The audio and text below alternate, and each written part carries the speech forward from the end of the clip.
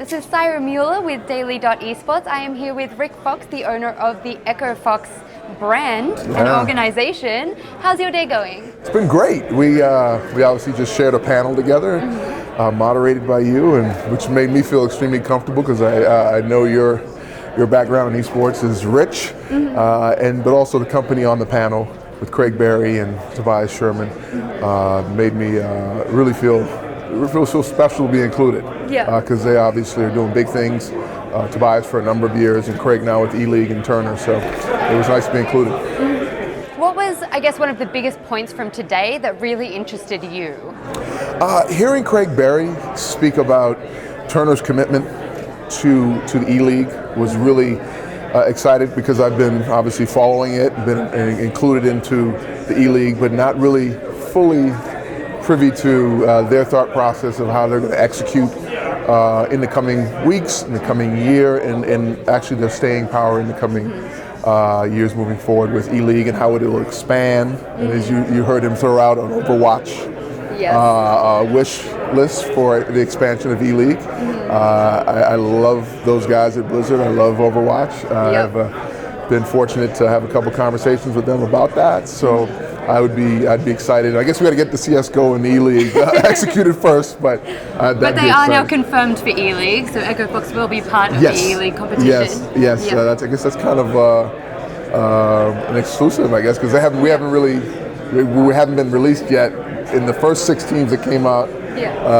But now, yes, we are a part of it. Are you excited for ELEAGUE? Yeah, I am, because I spent a lot of time in Atlanta with, and already as it is every weekend. So going there for the purposes of actually supporting an Echo Fox CSGO team is going to be exciting. Our team has been in full strength training and getting acclimated to each other as we piece this team together. Some really good, talented guys, but now they just have to really develop some chemistry. So tell me a little bit about the CSGO team. This is a very recent thing for you. How did that come about? Well, Tobias, who I've grown close to, has been a mentor in many ways to me because of his experience in esports in general, his vision to push the sport forward, regardless of the publisher of the game.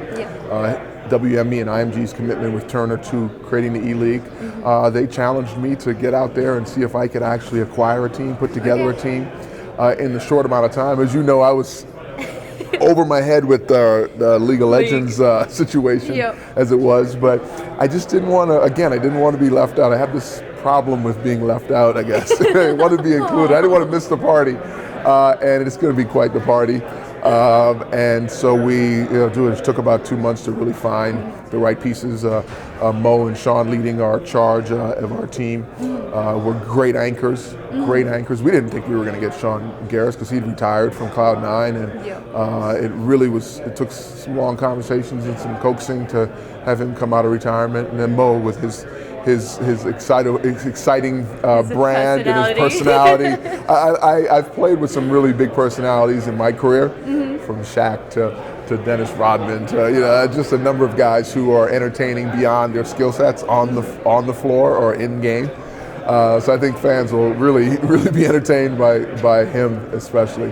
But then the rest of the team was filled out, and our coach joined recently, and so I'm really looking forward. So much of our attention as an organization has been on getting our infrastructure in place to support them, to support our league team, and that's been a daily endeavor, and the growth and the foundation gets stronger and stronger. So by the time they kick off in May, they'll be really, I think, well fired up to go. Okay. Who do you think is their biggest competition? Oh my gosh. As you recall, I don't know if you recall how I entered the space, there was a lot of predictions in League of Legends of how would teams finish, right? And I said, we'll finish in the top 10. And that's what I knew. So I set the bar really low because I want our players to improve every day. I want our teams to improve every day. We're a new team of players coming together, which they're not new players, but they're a new group together for the first time. So we'll finish in the top 15. Okay. And I say that again as I did.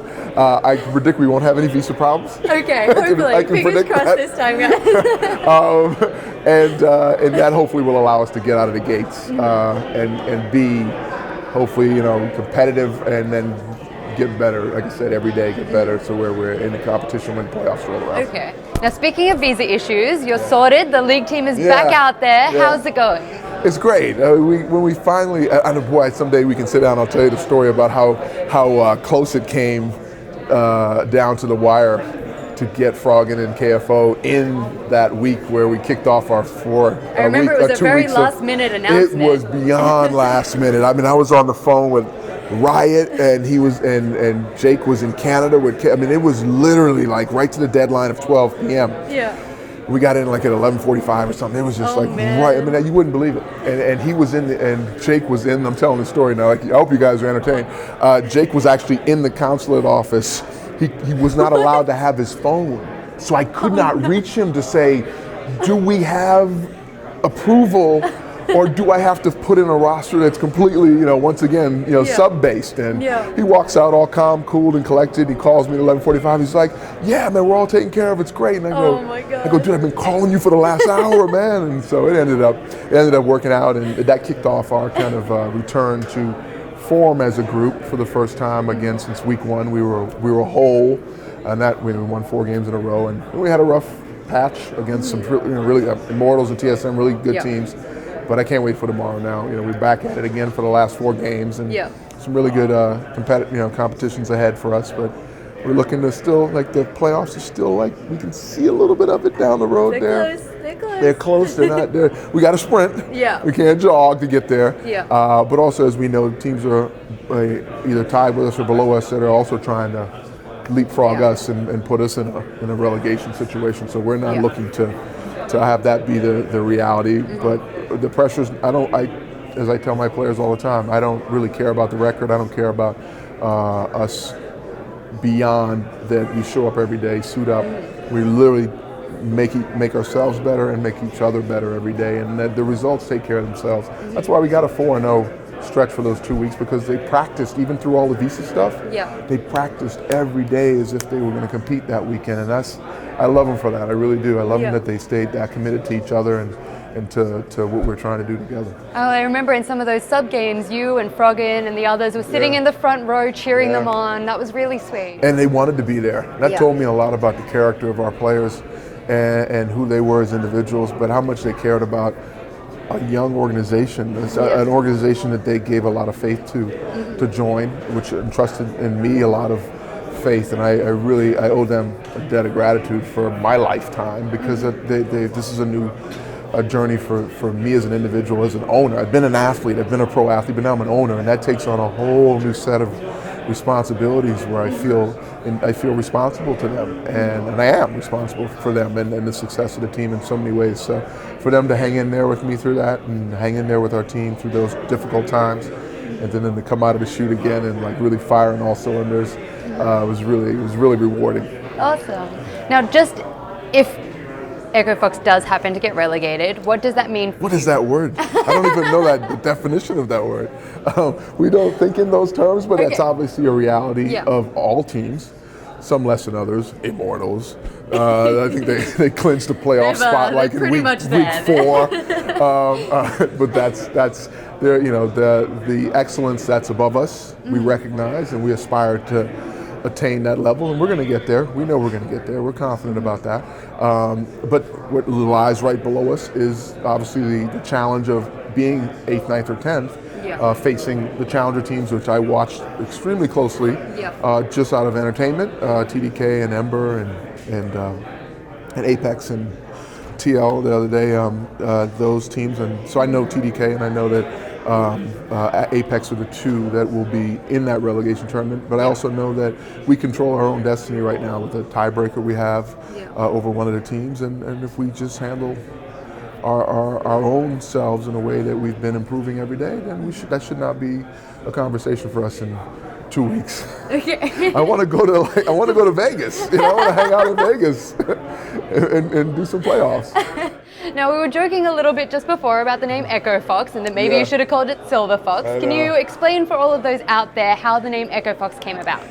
So with the timeline, a gracious timeline of a week after we purchased the team, Riot really, I purchased the team and the deadline was like in 3 days. And they were like, and I said, well, look, I will take your advice. Should I rebrand from Gravity? They said 100%, start afresh. Yeah. And so I had a week, the team and the group had a week to rebrand, and literally sleepless nights of should we use the brand Fox? Should we find some? We had all sorts of names, and when we started playing around with the Fox, it was Wild Fox, and then I realized, oh, that's a clothing line, we can't use that. And then it was Winter Fox I knew from being present already. So the Silver Fox popped up, and obviously with all the gray, could have been interesting, but it mirrored too much of Winter Fox. Yeah. And then actually, I can't even take credit for the Echo Fox. One of our partners stood up and said, what about Echo Fox? And it kind of went around the room and everyone was like, you know what, yeah. And at that point it was like 5 days of no sleep, and I was like, Echo Fox it is. And then the logo came together over the course of that next few days, and we were fortunate. Really, it was received well by the community, and as you know, the community is has very responsive to everything that moves in our space, and so it was nice to hear them respond positively to it. Yeah. Now, if you were to describe Echo Fox in one sentence, what is the Echo Fox brand? It's a franchise committed to the professional athlete in esports. So what are you doing differently to, say, some of the other teams from what you know that makes Echo Fox more of a professional athlete organization? I don't know if, I wish I could get behind the curtain of some of these other teams that are excellent. I mean, they're really excellent. I watch them from afar. I've had some conversations with some of the owners. They've been gracious enough to show me a little bit and share a little bit. But also, it's a competitive landscape. But I admire what they're doing. I sense that they are looking to do exactly the same thing, which is bring a professionalism to their teams and their players. And in that regard, they're leading the way. They've been here longer than I have. What I can bring that's different is just a view from a professional athlete. Having been an athlete in professional sports, I know the things that made me better. I know the things. I know the support systems that were in place for me that helped me do my job to the best of my abilities. I know the attention to detail that was paid to me as a whole person regarding not just me and what I could bring to the court. And so that's, I think, what the advantage I have. I understand the athlete, and I fight for that athlete. So, I aspire all of our participants that entrust themselves to our company and our franchise. We're going to push them to the front. We want them to be leaders. We want them to conduct themselves like professional athletes, and we want to support them that way. Yeah. Now, I'll ask you one more question before we head off. It's been a long day, but you mentioned a Heroes of the Storm team and potentially a mixed Heroes of the Storm team. Can you talk about that a little bit? There's been great support from the community. Some people I'm really grateful for because they've been they've offered some great advice, and I thank them for that. And I've stumbled into a situation by hiring one of my good friends, Jace Hall, who's ran Warner Brothers Interactive for a number of years. Started it and created it. Actually comes from a video game background, and he discovered a Heroes of the Storm team that has, I think, the second best Heroes of the Storm player, and three females, and we need a fifth to round out. And so we're literally thinking of having the tryouts to complete that, because we had 5 and then I guess one of the individuals moved on and decided to do something else in their life, and so it leaves our team, that's a professional team, pretty competitive, leaves them shy of one person. So that's what I was saying. We have to find the 5th individual. So as soon as we do that, then we'll feel like it'd be time to enter the space. Okay, so Echo Fox, Heroes of the Storm, potentially Echo Fox Overwatch. You're expanding fast.